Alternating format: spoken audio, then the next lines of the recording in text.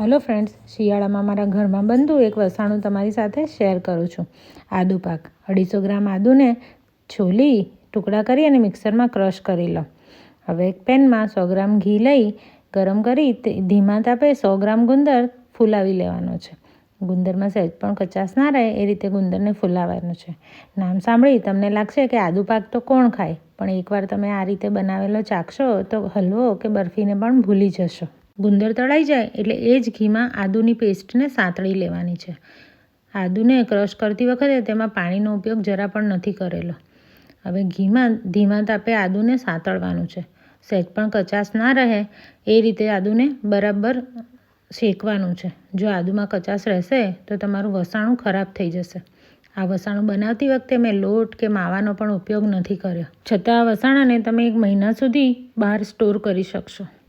આદુ બરાબર શેકાઈ ગયું છે એટલે હવે તેમાં 100 ગ્રામ ખારેકનો ભૂકો કરેલો છે તે ઉમેરી લેવાનો છે અને આદુની પેસ્ટ સાથે સારી રીતે ભેળવી લેવાનો છે।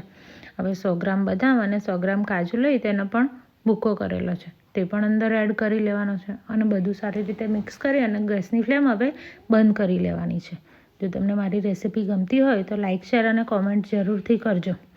દરેકના ઘરમાં રેસીપી બનાવવાની અલગ જ રીત હોય છે। હું મારા ઘરમાં કેવી રીતે બનાવું છું એ તમારી સાથે શેર કરું છું। બધું સારી રીતે મિક્સ થઈ ગયું છે। હવે જે આપણે ગુંદર તળીને રાખ્યો છે તેને ગ્લાસ કે વાડકીની મદદથી ભૂકો કરી લેવાનો છે। આમ તમે તળેલો આવો આખો ગુંદર પણ નાખી શકો, પણ હું થોડો ક્રશ કરીને નાખું છું। ગુંદરનો ભૂકો થઈ જાય એટલે તેમાં આદુનો જે મસાલો તૈયાર કરેલો છે એ અંદર ઉમેરી લેવાનો છે। હવે એ જ પેનમાં થોડું ઘી ઉમેરી અને 250 ગ્રામ ગોળને ઉમેર્યો છે। તમે થોડું ગોળ પણ વધારે લેતા હોય તો 300 ગ્રામ ગોળ લઈ શકો, પણ ખારેકની પણ મીઠાશ આવશે જ। હવે આ ગોળને એકદમ ધીમા તાપે ઘીમાં ઓગાળવાનો છે। ગોળ ઓગળી જાય અને થોડો ફૂલવા લાગે એ પછી તેમાં તળેલા ગુંદર અને આદુનો જે મસાલો તૈયાર કરેલો છે તેની અંદર ઉમેરી દેવાનો છે। બધું સારી રીતે હલાવી અને મિક્સ કરી લેવાનું છે। હવે તેની અંદર 2 ટેબલસ્પૂન મગજતરીના બી, 1 ટેબલસ્પૂન ગંઠોડાનો પાવડર અને 1 ચમચી ખસખસ ઉમેરવાની છે। સારી રીતે બધું ભેળવી લો અને જે ગુંદર તળે તો એ જ પ્લેટમાં મેં અત્યારે ઠારી લીધું છે। જો તમારે પીસ ના પાડવા હોય તો એક ડબ્બામાં પણ સીધું નાખી અને રાખી શકો છો। મેં આ ટ્રેમાં સેટ કરેલું છે।